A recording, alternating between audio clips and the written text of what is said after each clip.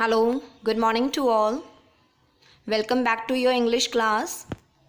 Today we will start second lesson of your reader book. The name of lesson is Before the Examination. Examination के पहले की situation के बारे में बताया गया है. ये जो लेसन है R.K. नारायण ने लिखा है.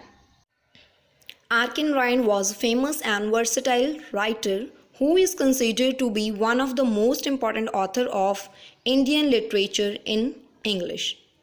बहुत ज़्यादा फेमस था, वर्सेटाइल था, मतलब बहुमुखी, डिफरेंट टाइप ऑफ चीज़ों के बारे में वो लिखता था. Who is considered to be one of the most important author, बहुत ज़्यादा इम्पॉर्टेंट ऑथर माना गया था इंग्लिश लिटरेचर में. In 1930 Narayan wrote his first novel. पहला नावल जो था उसने 1930 में लिखा था. द नेम क्या था उस नावल का? Swami and friends, which was set in charming fictional south Indian town of Malgudi. South Indian नाम की टाउन थी, मालगुडी नाम की टाउन, वहाँ पे ये बना हुआ था. ये सारा बहुत ही अच्छा, मतलब बहुत ही इंटरेस्टिंग स्टोरी थी ये. This book is about Swaminathan and his 4 principal friends.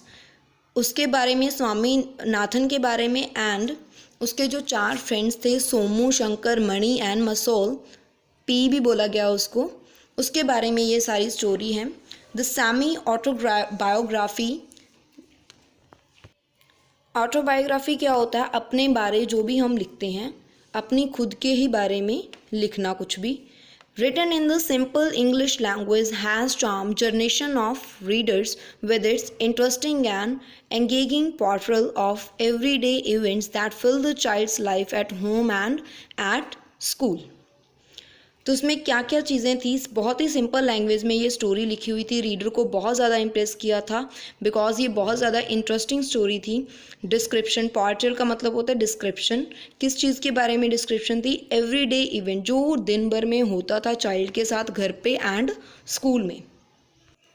India के साथ इसका क्या कनेक्ट है? Let us study about this. The story of Swami and his friends was set in the South Indian town of Malgudi, created by author R.K. Narayan. R.K. Narayan के द्वारा लिखी गई थी ये सारी story.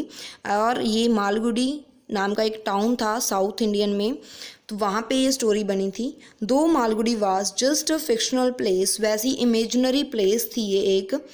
It was completely believable and has magical realness to it.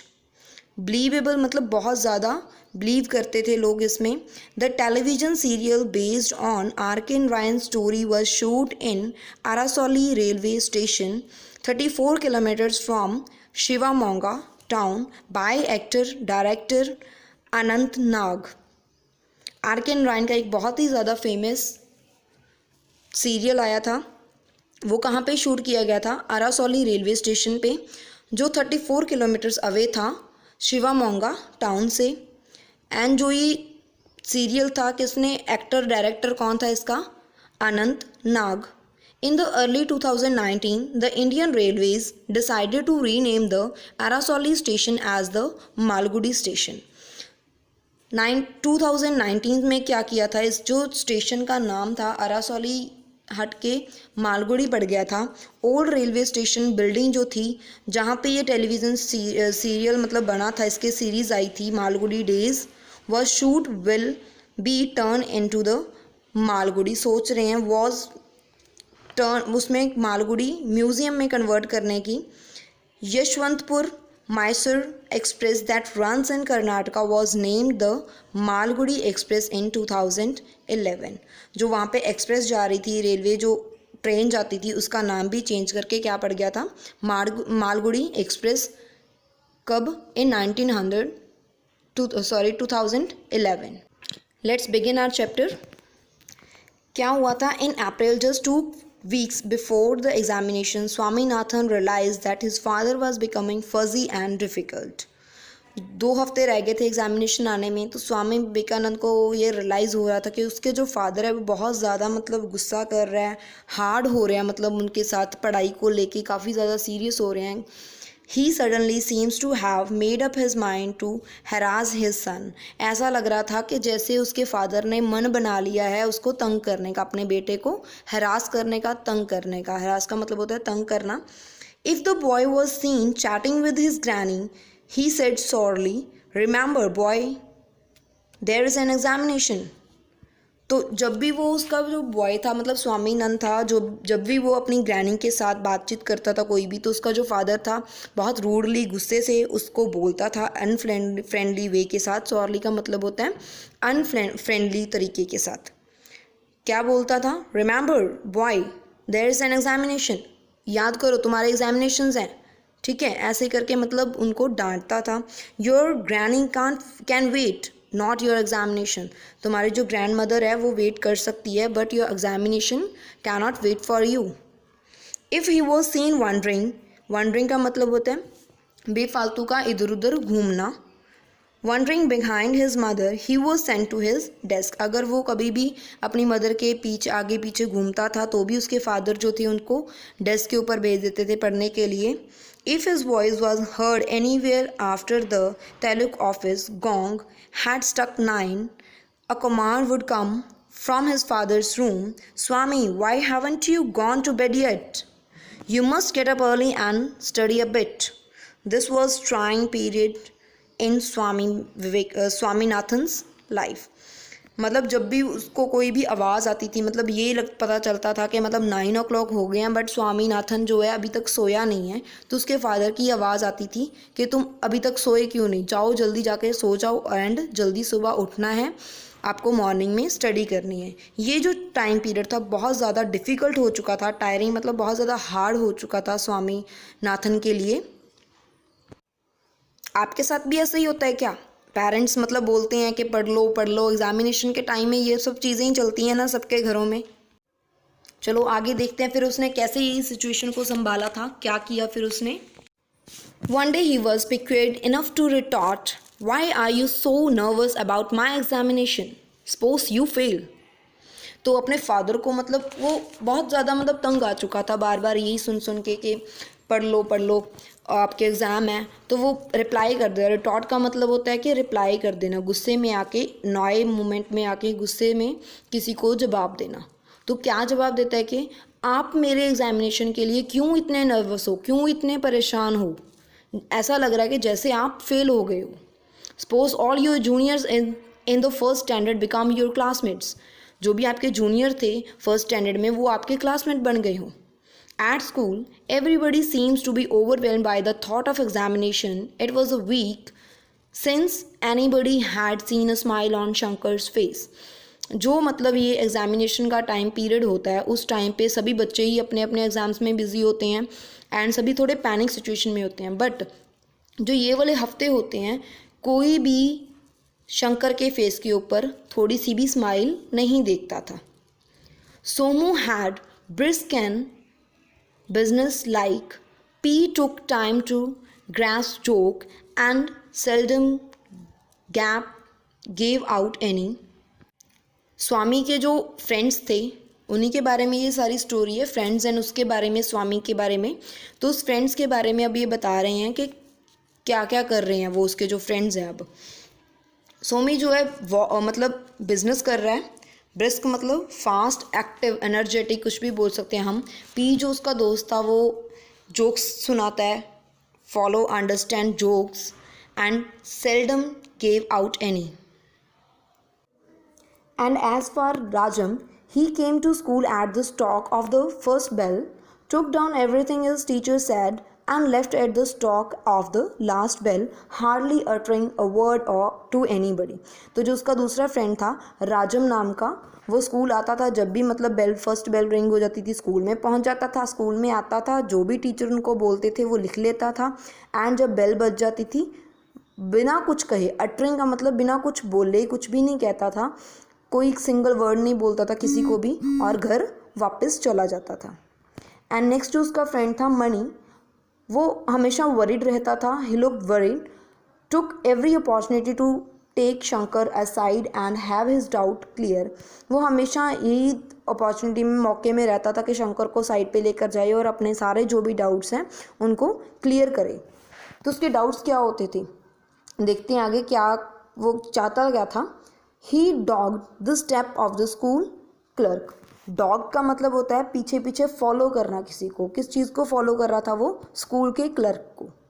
Everyone in the school thought that the clerk was omniscient and knew all the question paper of all classes। सभी को school में यही लगता था कि जो school का clerk होता है उसके पास सारे क्वेश्चन पेपर्स होते हैं सारी क्लासेस के, एंड उसको सब चीज़ के बारे में पता होता है।